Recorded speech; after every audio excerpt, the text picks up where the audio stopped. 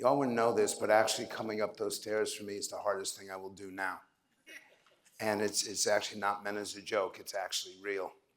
And I was in Atlanta last night, and there's no way that I was not going to get a flight to come here today. This is both positive and negative. And I've been instructed to be positive.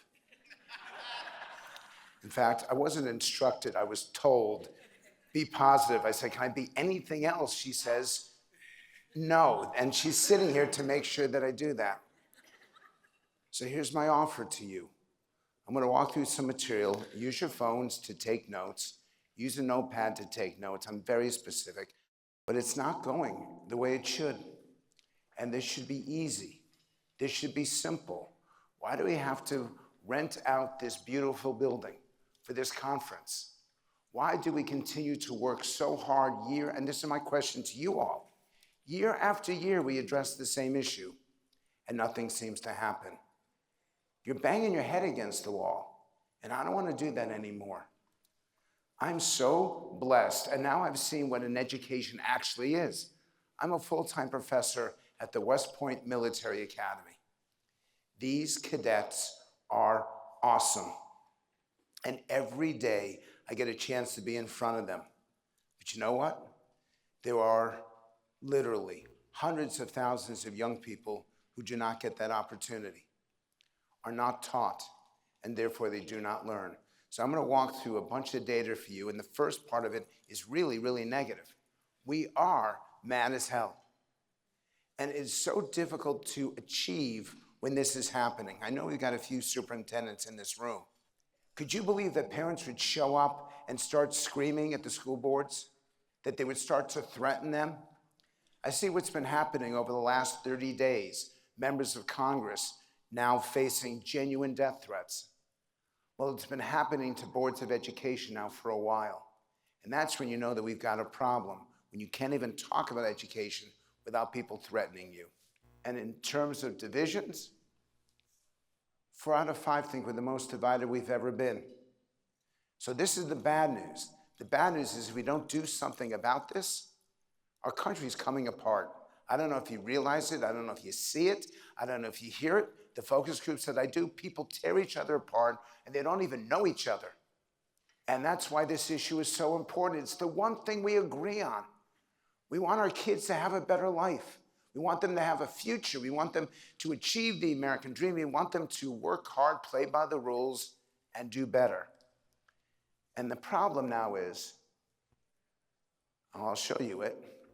We asked the public, give us one word to describe democracy at its best. Freedom, equal, the 2 words that come up most often. Then we asked them, what word would you use to describe democracy? That defines shit show. And I promised Ruslan I would not swear. And I think as long as you hyphenate it, shit show is not a swear.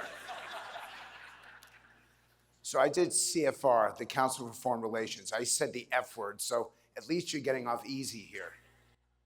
Because you know what? It's effing insane that we face this every single year. I want to show you a little bit more. This is the highest value, the truth. We desperately want it. We're desperately seeking it. I'm asking you to use the phrase, the plain truth is, we cannot be a successful country if we don't have successful schools. The truth is we're not doing what we can, where we can, when we can, with who we can. Anytime you can add the word the truth to the discussion, you're succeeding.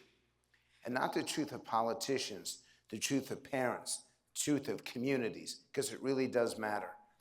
And of all the data I can show you, this is the one that is most upsetting to me. And by the way, in about 5 minutes, I'm going to invite you to ask questions if you have them, because I don't believe in lecturing to you.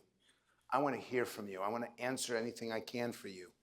It is a nightmare that 1/3 of Americans do not think of themselves as invested in their country. That is a failure, and those numbers are getting worse. But even more scary, you now have only 1/3 who think that their country is invested in them.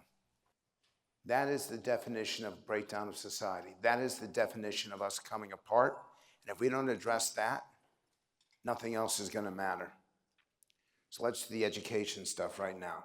Real skills for real life. We've been looking at the words and phrases to use, and I want to get to that right now. First thing is that we ask people to describe education as we know it. What's a typical learning environment?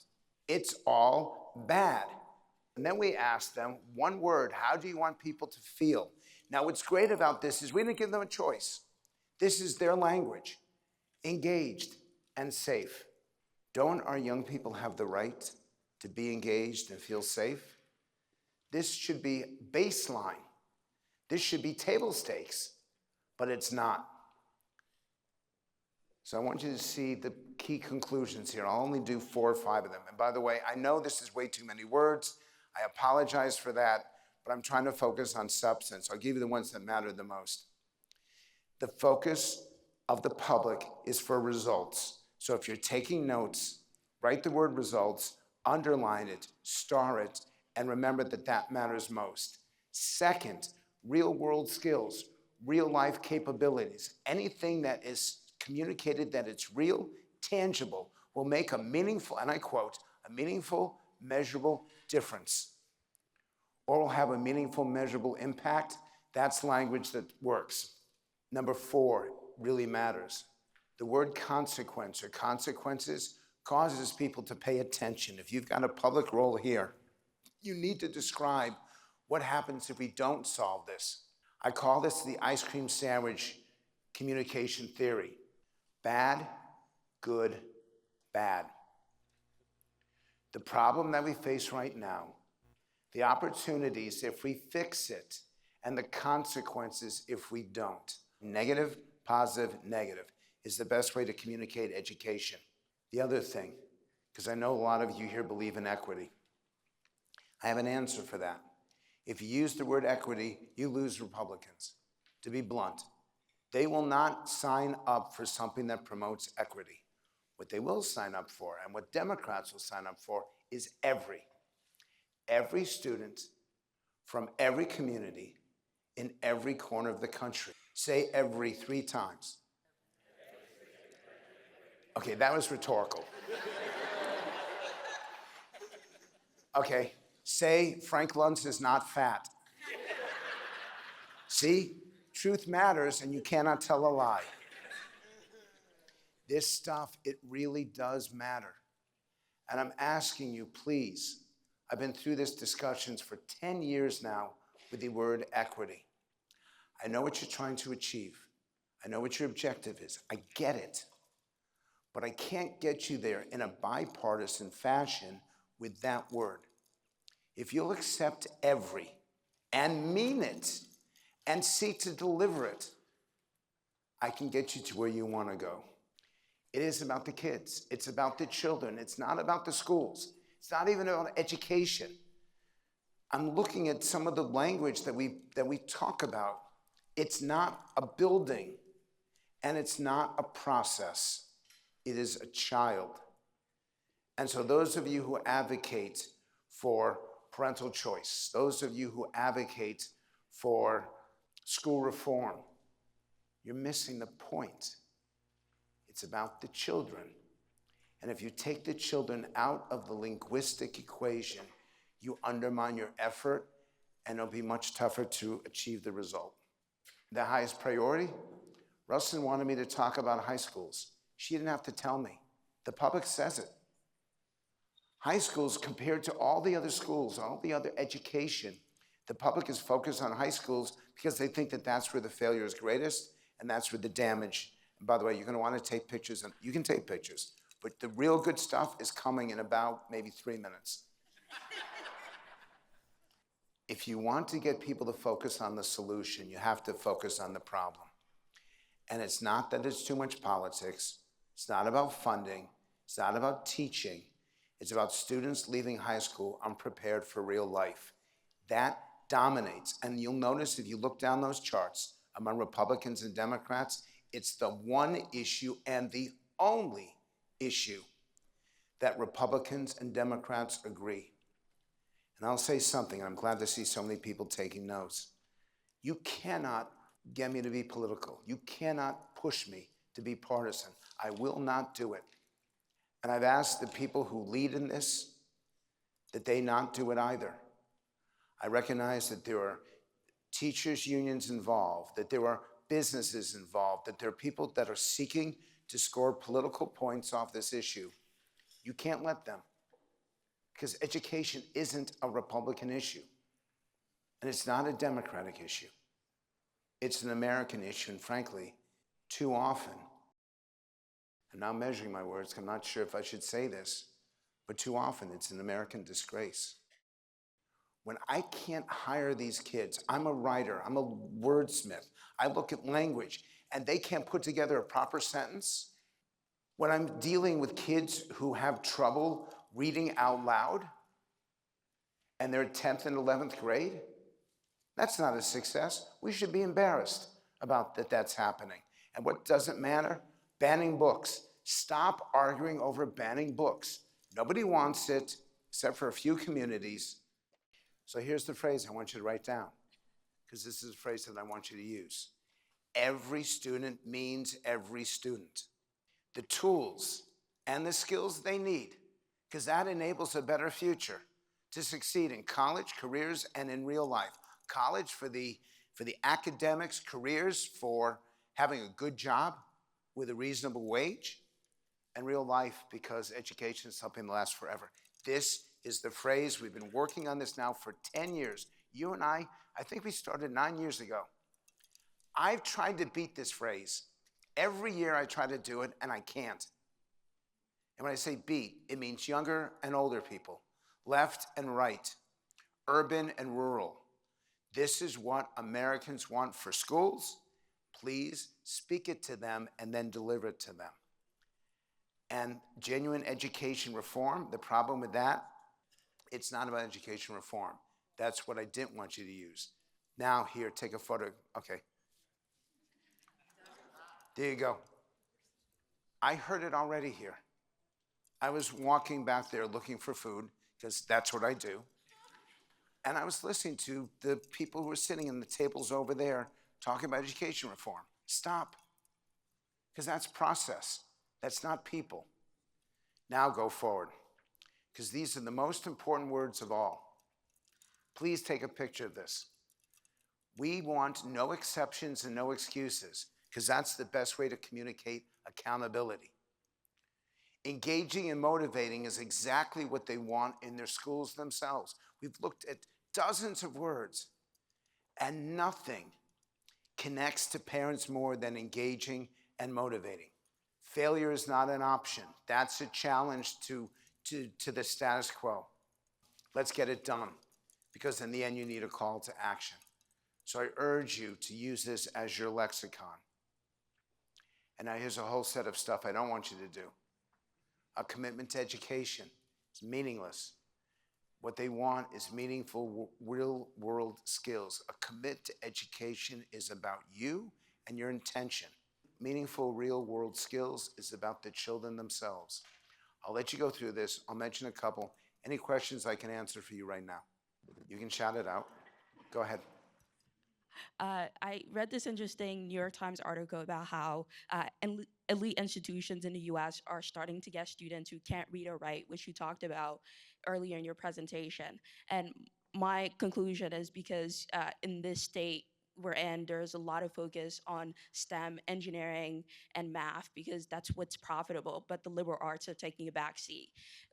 Considering the kind of idea that students should be able to build stuff, know math and science, but not really read and write if they want to go to an elite institution, how do we tackle that idea that only what's profitable right now is important and what's not really the thing that's going to get you into an elite institution is kind of taking a backseat? So my question is, how do we kind of deconstruct that idea that many people have? You circle the phrase real life, and you focus on real life. Because in the end, if you have a math degree, but you can't communicate what you find, if you have trouble in a store figuring out how to pay a tip, if you don't know basic skills, you may be brilliant at sciences and math. I believe that our institutions have the responsibility to do it all, and know that is not too much to ask for. It's what they did in the 50s and 60s. We had a space race, and we won. And America was the #1 elite, for public schools, for high schools, all across the country, because we didn't accept less. And I think that we've now come to tolerate mediocrity. So to me, the word is more, and probably even better than that, it's the word better. It's not about quantity, it's about quality. So write down the word better. We deserve better outcomes. We deserve a better approach. Every child should be able to not only understand STEM, but be able to read, write, and communicate efficiently and effectively. So there's a whole lexicon for that. That's a great question, and it's something that you should be addressing throughout the day. Is there one more? What is truth? What is truth? I don't know. Although I do know that truth does not wear that sport coat.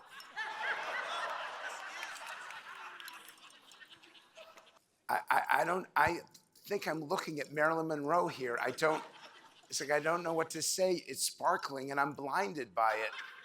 So maybe that is the truth. I'm blinded by the truth. Sir, can you sit towards the back so I can ask? So let me do a couple things also from this list right here, and I'll keep going back and forth. Give me 1 second. I want to do this list. Rather than personal responsibility, which is about the student, what the public is asking for is practical, real-world knowledge. I will repeat this again and again and again. It's more than just balancing a checkbook. It's more than just writing a budget. How can that child be able to succeed, be able to function in the world of now, of 10, 20, 50 years from now? Because more than anything else, education is about the world of 2050, not just 2025. Another thing that's critical, and I know the language of leave no child behind and putting children first, that every component, because we've changed as a country, every student, every community, every corner of the country does better, because it really does communicate universal success. Go ahead, sir. You mentioned college, career, and real life, and I was wondering if you might consider college, career, and civic life, because we need to, and you mentioned it in your other list there, about preparing people to be responsible, informed, active participants in our democratic way of life. So would you consider civic, the 3 C's, college, career, and civic life? I wish that the C sounded more k rather than sh, because it kills the alliteration. It looks good on paper, it doesn't sound quite as good. So intellectually, yes. Communication-wise, no. Intellectually, we need civics. This building was built by people who are civic-minded. This whole community in Washington, D.C. is filled with the most amazing museums. People committed, donating their time, their effort, so that other people could have the knowledge and the wisdom that are contained in these buildings. This is a very special place to hold this event, but the public doesn't see the value in it. And right now I'm trying to change immediately. I'm trying to help you make a fundamental change, and civics is just not a high priority. Do I want you to succeed? More than anything else here. But in terms of communication, I'm not going to tell you to use words that don't work. Remember I said to you about truth being important? I have to have the guts to say this isn't effective. Civics is a lower priority than reading, than writing, than math. It shouldn't be, but it is. So let's figure out a language to move it forward. In fact, Justice Sotomayor leads iCivics. She's the patron, the sponsor of it. Her effort, if those of you who are focused on civics, that's where you should go to make a meaningful, measurable difference. But no, I'm not going to change the word, because I'm doing the best I can to get people to move forward, to make the investment, not just in money, but to make the investment in will, in commitment, in determination. And I'll do it through real life more than we'll do it through civics. Go to the bottom here. Teacher-proven materials is not as effective as fact-based. And in fact, that's another phrase that I would ask you to use, particularly because of the way things are right now in our government, in our politics. Taking a fact-based approach is transcending all the crap that's out there, all the partisanship and all the ugliness. A fact-based approach says You're focused on reality rather than ideology. And we need to do that right now. One more here. It doesn't matter who controls it. It's not about local control. The question is it effective? Who makes the decisions is less important than the decisions and the impact of those decisions. Focus on impact rather than where it generates from. Another example, I wanted to put together as much of this as I could. Again, feel free to take pictures of it, I don't mind. Imagination. I know a lot of you in this room love to use it, but imagination is less powerful to people than actual knowledge and even wisdom. We want them to have imagination. We want our kids to be creative. But more importantly, we want them to know. We want them to understand. So this is about taking good language and actually making it great language. So some of this stuff here is critical. By the way, critical thinking, problem solving is absolutely essential. Critical thinking and problem solving are as important in 2025 as reading and writing and math. It needs to be part of what's taught so we can figure out what is truth. To answer your question, most kids can't figure it out because they haven't been taught this. They think that what they're watching on cable news is truth. How many of you watch Fox News? Raise your hands if you watch Fox News. Are you all related to Roger Ailes? Who watches CNN? Still? Who watches MSNBC? The only news network with more letters in its name than viewers. Now, just so you know, I told that joke on live television. Took him 7 minutes to fire me. My dad was so proud he bought me a car. So let's go forward here. I look at this. It's not even about understanding. It's not about growth. Even learning, anything that does better than learning. What's the goal for students? We think learning. So if it does better than learning, that's what you go with. Life skills over everything. So to the gentleman, this is why. Real life or life skills, anything about that, is the highest priority right now among Americans. So I want to talk to them in the language that they'll hear, and then I'll get to them on the other issues. Next, if you look at the top and the difference, it's not that it's a once-in-a-generation opportunity. Nobody cares. What they care is that every school, every student, no exceptions, no excuses. That's your language. Please take it. I'll give you another example. Why I keep going back to real life? Problem solving, skills-based. By the way, problem solving 34, real life focus 44. Look at the stuff that doesn't matter. Experiential, world class, project-based. How many schools right now are talking about project-based education? Cut it out of your language. I know that there are at least a dozen people here. Who uses project-based language? Raise your hands. So I want to give you credit that you acknowledge it. Okay, you should know something. Normally when I do that, and I ask people to acknowledge a language that they shouldn't use, they don't acknowledge it. Well, we're honest. No, but this is important. Now I'll get emotional, because good for you. Think of what happens in this town and what happens in this political profession. Nobody tells the truth. Nobody acknowledges a mistake. Nobody says, I got it wrong, I apologize, forgive me. And y'all just did. And that's remarkable to me. It doesn't happen. What do you want most for a public school classroom? High schools of everything. Engaging, hands-on, and high quality. This is what matters most. I thank you for your time. I thank you for your interest. I thank you for your commitment to the next generation. And I thank you for making America a kinder, more respectful, more decent place to live. Have a great day.